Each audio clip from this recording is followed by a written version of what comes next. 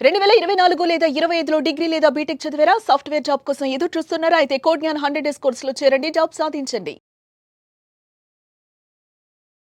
నమస్కారం సార్. నమస్తే. Wife and husband రిలేషన్‌షిప్‌లో మనం చూస్తే ప్రతి దానికి కూడా అంటే భార్యకి చాలా సందర్భాల్లో అంటే కొన్నిసార్లు మంచి సపోర్ట్ ఇవ్వడం, ఎమోషనల్‌గా ఆ బాండ్ క్రియేట్ చేయడము, కేరింగ్ చూపించడము ఇవన్నీ చూస్తాం సార్.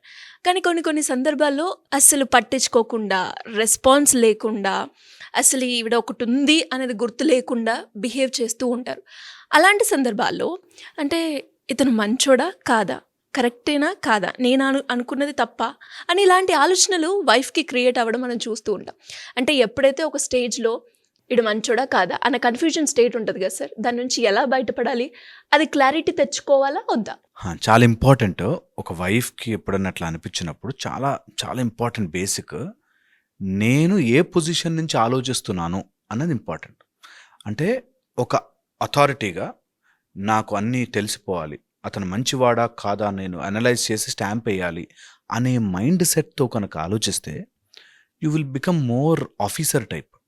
ఆఫీసర్ లాగా అయిపోయి ఆ రిలేషన్‌షిప్‌లో ఉండదు. నీకు వైఫ్‌కి, హస్బెండ్‌కి మధ్యలో ఉండాల్సిన bond is a beautiful relationship. కొన్నిసార్లు స్ట్రాంగ్‌గా బిహేవ్ చేస్తారు. కొన్నిసార్లు గట్టిగా ఉంటారు. కొన్నిసార్లు సాఫ్ట్ ఉంటారు. ఫ్యామిలీ ఉంటుంది. చాలా థింగ్స్ ఉంటాయి. ఎప్పుడైనా వైఫ్ అండ్ హస్బెండ్ మధ్యలో రావాల్సినది ప్రేమ మాత్రమే. ఈ కరెక్ట్‌నెస్ రాకూడదు. మంచి కావాలి. మంచి హస్బెండ్ ఉండాలి. నా భర్త చాలా మంచివాడై ఉండాలి. నన్ను బాగా చూసేసుకోవాలి. ఈ టైప్‌లో పెట్టుకుంటే అందరూ అందులో ఫిట్ కాలేకపోవచ్చు. ప్రతిరోజు ఎగ్జామ్‌లాగా ఉందనుకోండి మనం తట్టుకోలేం తెలుసా? నిజంగా మీరే అబ్జర్వ్ చేయండి. ఎవరైనా ఏదైనా కరెక్షన్ చెప్పి వాడు మంచివాడా? కాదా? అని అనాలిసిస్ వచ్చినప్పుడు వెంటనే మనకు మనం ఎగ్జామ్ పెట్టుకోవాలి. నేను చాలా మంచిదాన్నా? కాదా? ఏంటి పారామీటర్స్? ఎవరు డిసైడ్ చేస్తారు ఇవి గుడ్ క్వాలిటీస్ కావు అని? వాళ్ళు పెరిగిన ఎన్వైర్న్‌మెంట్‌లో ఒక టైప్ ఆఫ్ మెంటాలిటీ తయారవుతుంది. ఆ మెంటాలిటీలో కొన్ని రైట్, కొన్ని రాంగ్. ఈ రైట్, రాంగ్ కంటే what is harming, not harming అన్నది గుర్తుపెట్టుకోవాలి. నన్ను బాధ పెట్టేది, నన్ను బాధ పెట్టనిది. ఓకే. అలాంటి గనక డివైడ్ చేసుకుంటే ఓకే. కొన్ని సార్లు హార్ష్‌గా మాట్లాడతాడు. మాట్లాడినప్పుడు బూతులు మాట్లాడతాడు సార్. అది చాలా బాధ. అలా బూతులు మాట్లాడినప్పుడు ఆమె అసహ్యం వేస్తుంది. ఛీ! అసలు మనిషి మంచోడే కాదని. కానీ ఉన్నప్పుడు చాలా ప్రేమగా ఉంటాడు అన్నాడనుకోండి. సో, బూతులు మాట్లాడడం ఆర్ నన్ను అలా ఇలా మీ అమ్మ, నాన్న అని తిట్టడం మంచిది కాదు అని అనిపిస్తే టాక్ దట్. నువ్విలా మాట్లాడితే నువ్వు చెడ్డవాడివి, మంచివాడివి కాదు. ఇలా మాట్లాడితే నాకు ఇష్టం లేదు. ఇట్ ఈస్ హార్మింగ్ మీ అని కన్వే చేయడం చాలా బెటర్. రాదర్ దాన్ నువ్వు మంచివాడివా, చెడ్డవాడివా అనే లెక్క మనలో పడితే ప్రతి సీను నీకు నచ్చినట్టుగా బిహేవ్ చేస్తే మంచివాడని, నీకు నచ్చినట్టుగా బిహేవ్ చెయ్యకపోతే చెడ్డవాడని మన క్లాసిఫికేషన్ స్టార్ట్ చేస్తాం. ఇది ఒక రిలేషన్‌షిప్‌ని దెబ్బతీస్తుంది. ఓకే. ఎప్పుడు కూడా ఎనీ రిలేషన్‌షిప్‌లో ఇలాంటివి రాకూడదు. ఒక టీచర్ నాకు చదువు చెప్తున్నాడు. వాడు ఇంటికి వెళుతూ ఎవరినైనా రోడ్డు మీద గొడవ పడ్డాడనుకో, ఛీ! మా టీచర్ నాకింత చదువు నేర్పించే టీచర్ అలా బిహేవ్ చేస్తున్నాడేంటి అని అనుకున్నా. లేకపోతే ఓ చిన్న పిల్లవాడు బయటికెళ్ళి ఫ్రెండ్స్‌తో ఏదో గొడవ పడుతున్నప్పుడు బూతులు మాట్లాడితే, వీడేంటి మనిషి ఇంత చెడ్డవాడు అని ఎలా అయితే అనుకోకూడదో, అలాగే మన జీవితంలోకి వచ్చిన వ్యక్తిని మనము కరెక్టా కాదా, రైటా రాంగా అనేటట్టుగా డివైడ్ చేసుకున్నామంటే మన మైండ్ చాలా డ్రైన్ అయిపోతుంది ఎనర్జీ. సో, నీతో చేసినప్పుడు నీకు హానికరమా కాదా? ఫ్యామిలీకి హానికరమా కాదా? పిల్లలతో సరిగ్గా బిహేవ్ చేయట్లేదు, హానికరంగా ఉందా? ఇది బాలేదు. Change this, let's change this. దీన్ని చేంజ్ చేయడానికి నేనేమైనా హెల్ప్ చేయొచ్చా? ఇంతే. ఇంత ఇంత క్లారిటీగా ఆలోచించడం చాలామందికి రాదు, కష్టమైపోతుంది వాళ్ళకి. ఆ ఎమోషన్‌లో నన్ను ఇంత మాట అన్నాడు. ఓకే. దీన్నెలా సాల్వ్ చేసుకోవచ్చు? నెక్స్ట్ టైమ్ ఈ ప్రాబ్లమ్ రాకుండా సాల్వ్ చేసుకోవచ్చు. నిజంగా జీవితంలో జ్ఞానం ఉన్నవాడు ఎవరైనా ఉంటే అందరికీ తెలిసినదే అది వాడు అప్లై చేస్తాడు. అదే జ్ఞానం. జ్ఞానంలో ఉండాల్సిన వన్ ఇంపార్టెంట్ పాయింట్ నాలెడ్జ్‌తో పాటు ఇంప్లిమెంటేషన్.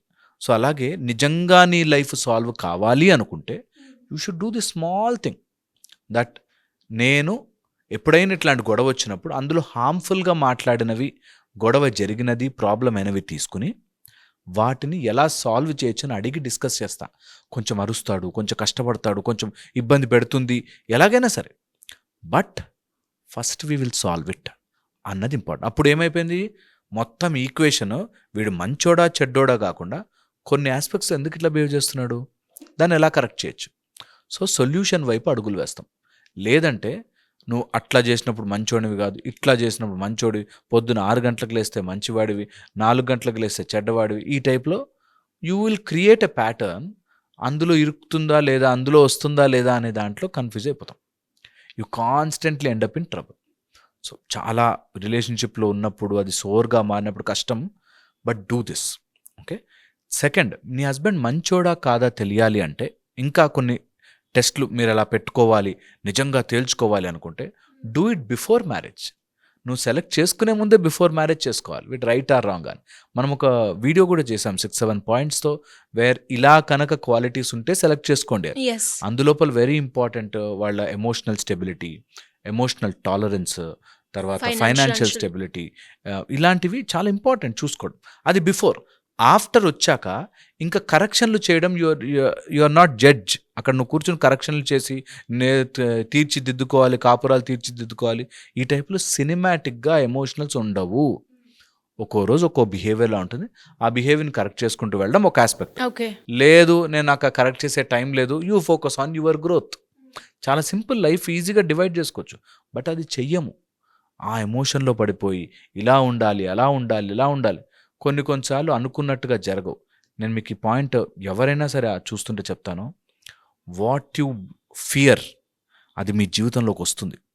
ఒక అమ్మాయి నా జీవితంలో ఎలాగైనా సరే తాగే మొగుడు రాకూడదు అని ఫిక్స్ అయింది. ఎప్పుడు ఎవరు తాగుబోతుని చూసినా ఇట్లా అసహించుకుని చి అన్నట్టుగా, వాళ్ళని అసలు నా మైండ్లో నిలవరండి.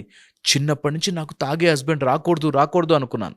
నేను మ్యారేజ్ చేసుకున్నప్పుడు తాగేవాడు కాదు, కానీ ఇప్పుడు ఫుల్ ఫ్లెజ్డ్గా తాగుబోతు అయిపోయాడు. రాత్రి తాగకుండా ఇంటికి రాడు.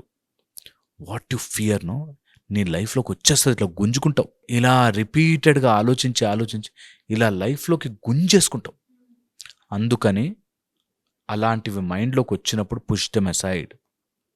ఎక్కువ అనుమానంతోనూ ఇది కరెక్టా కాదా, నాకు రైట్గా ఉండాలి, నా హస్బెండ్ ఇలా రైట్గానే బిహేవ్ చేయాలి, నా వైఫ్ ఇలా కరెక్ట్గానే ఉండాలి అని దిగినప్పుడు చాలా కరెక్ట్ కానివి తెలుస్తాయి, బాధేస్తుంది.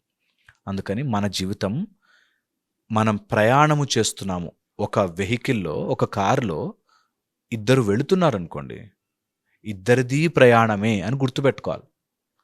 ఇద్దరిది ప్రయాణమే. సో వాళ్ళు జీవితాన్ని గడుపుతున్నారు, మీరు జీవితాన్ని గడుపుతున్నారు, మీకు తోడుంటారు ఆర్ కలిసి ఉంటారు అంతే. అంతేగాని ఒకళ్ళనొకళ్ళు డ్యామేజ్ చేసుకుంటూ, ఒకళ్ళ ప్లేస్ ఒకళ్ళు తీసుకుంటూ, వాళ్ళు ఎలా కూర్చోవాలో డిక్టేట్ చేస్తుంటే అది రిలేషన్షిప్ అవ్వదు. అందుకని ఈ జీవిత ప్రయాణంలో చాలా వస్తుంటాయి వెళుతుంటాయి. అన్నెసరిగా ఇది కరెక్టా కాదా అనే దాంట్లోకి వెళ్ళొద్దు. అందులో వైఫ్ అండ్ హస్బెండ్ మధ్యలో ఉండద్దు. You accept some, I accept some, we both together travel this. అంతే 40-50 ఇయర్స్ కలిసి ఉండాలి. కాబట్టి కొన్ని ఎస్, కొన్ని నో. బాధ పెట్టేవి, హార్మ్ఫుల్, నాన్ హార్మ్ఫుల్ చూసుకోవాలి. ఏది నన్ను బాగా కష్టపెడుతోంది, దాన్ని ఎట్లా డీల్ చేయొచ్చు చెప్పచ్చు. ప్రాబ్లం అయింది, సాల్వ్ కావట్లేదు, టేక్ ఎ డెసిషన్, డీల్ చేయండి, గట్టిగా ఉండండి. లైఫ్లో చాలా వస్తాయి సాల్వ్ కాని సమస్యలు, ముళ్ళల్లాగా చాలా వస్తాయి. అవి సాల్వ్ చేసుకోవాలి. చాలా చాలా ఇంపార్టెంట్. రోడ్డు మీద నడుస్తున్నాం, కాలుకి ఏదైనా ముళ్ళు గుచ్చుకుంది అనుకోండి, ఫస్ట్ ఆ ముళ్ళు తీయాలి. ఓకే. అంతేగాని ఈ ముళ్ళు వేసిన వాడెవడు, అసలు ఎలా వచ్చుంటుంది, ఇలా ముళ్ళు వేస్తారా అసలు, సెకండరీ. ఫస్ట్ నువ్వు ఆ ముళ్ళు, ఏదైనా బాధ గుచ్చుకుంది మాట ఆర్ ఏదైనా పని, ఆస్క్, టాక్, ముందు దాన్ని తీసేద్దాం, అలా ఉండకూడదు అని చెప్దాం, ఇద్దరు ఒప్పుకుందాం, దెన్ మూవ్ ఫార్వర్డ్. చాలా యూస్ఫుల్ అవుతుంది. నేను ఐఎమ్ ష్యూర్ అబౌట్ దిస్. అంత ఈజీ కాదు బాండ్లో ఉన్నప్పుడు, రిలేషన్షిప్లో ఉన్నప్పుడు, బట్ స్టిల్ ప్రయత్నమే మనిషి చేయగలిగింది. You should keep trying. అది కావాలి అనుకుంటే ట్రై చేయాల్సిందే. Thank you sir, thank you so much. Suman టీవీలో మీ పర్సనల్ అండ్ బిజినెస్ ప్రమోషన్స్ కోసం కింది నెంబర్కి కాంటాక్ట్ చేయండి.